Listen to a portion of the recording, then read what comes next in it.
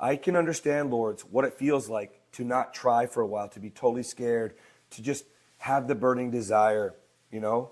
I understand what it's like to get to a point where you feel patient, where you're just frustrated because you do want to be intimate with her because you love her that much. Where I'm struggling is we're supposed to do like kind of an at-home date night. And I know 3 weeks ago you told me, hey, I got to lay off sex. I can't think about that and no expectations. I don't have an expectation around it, but like because of the way the last times went that I even initiated and she got so angry, like I feel like I've lost confidence that even if she like puts out vibe or, you know, the signs to move on that. I don't know how the hell to get over this. Like it's like almost like I don't ever want to try again because she just ripped me apart for it. This is really shitty place where a lot of men get to, where the rejection or the negative rejection is even worse than a rejection, right? When it's a pushback that's really mean. This is where a lot of men are getting in marriage right now, where you just don't even want to bother, right?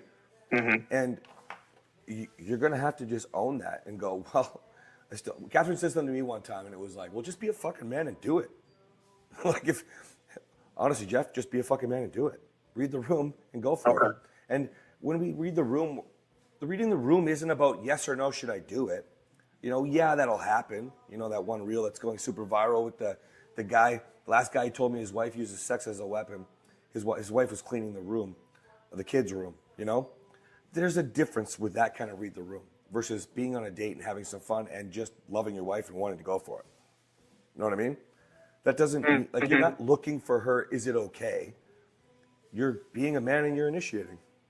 It feels right to you. And what's tough, I think, what gets me with that is like Stat responded perfectly, just like you teach. I'm only horny on Wednesdays. Like last time in specific when that happened, and her like at first she was calm about it, then she went into the whole you only think about your dick, you only think about sex, and it's not like I've been trying a lot. I mean, it's probably been a couple months at this point. So well, Jeff, just when you have somebody that's constantly treating you this way, you know, I really want you guys to love her through it, but you also need to realize you can't enable everything, this validation and dealing with her. Like, just look at her and go, well, that's not true.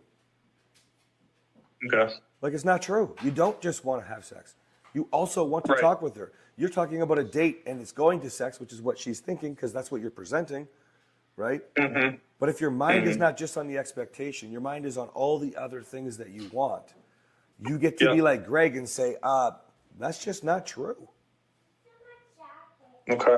I literally actually, like, when Greg and I were talking, it was literally like, I actually don't even want to have sex with you. I'd actually like to have a conversation with you, and you're not fun to be with. I'm actually kind of grossed out, to be perfectly honest. Now, we didn't say all of this, but that's what Greg and I were running through when we were talking, right? Right. Because she ends up turning you off if she's a mean person. When you're unkind, nobody wants that in their life. Just like women, men also don't get turned on when she's angry for nothing. Oh, sure, we might allow it unless you're really separating yourself from the need to the desire, right?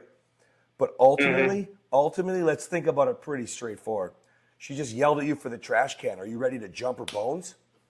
No. Right. Absolutely not. And in fact, most of you guys have realized why we don't have makeup sex in the reset. It's because it's fucking stupid. You know what I mean? We don't need to be making up. We need to be just making love. You know what I mean? So think about what Greg has gone through, right? Because he's thinking about it from a perspective of looking down on his wife, not from a I'm so great, but I want to bring you with me. What you're thinking about it is I'm looking down on her because she's being super mean, and it's been months since we had sex, man. Of course she feels that's what the only thing you want. Where Greg can say to his wife, no. In fact, I have zero desire to be intimate with you right now. What a place of power. Standing in your own power going, that's not how you're ruling me. No, thank you. That's how I felt after last time when she ripped me apart. It's like I haven't even tried since. And things have been really good. I mean, I've had the flirts. I've had the banter. Different. You're coming from it from a place of, I'm not trying, so it's okay. That's not what I want.